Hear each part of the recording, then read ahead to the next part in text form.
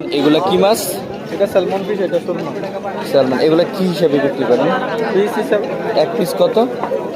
Piece 400, 450, 300, যার বুঝছি। আর এই কাঁকড়া কি হিসাবে বিক্রি করেন? পিস হিসাব, এখানে সবগুলো পিস হিসাব। পিস হিসাবে কে? এগুলোর দাম কত পড়ে? এগুলোর দাম এটার দাম পড়বে আপনার 130 টাকা, এটার দাম পড়বে 250 টাকা। 250 টাকা। পার্থক্য কি? এটা ওটা সাগরের, ওটা দেশি। এটা দেশি কে? এটা দেশি দিয়ে, ওটা দেশি আর এটা সাগরের।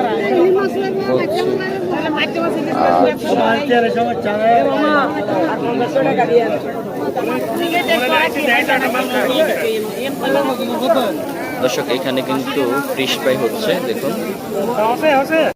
এই মাছটা কি? এটা কি? লইট্টা মাছ। কত করে বিক্রি করেন? 60 টাকা, 50 টাকা যার। আর এই যে এগুলো তো চিংড়ি কিসে বিক্রি করেন পিস? কাটি 100 টাকা। আর এটা তো রূপসাদা না?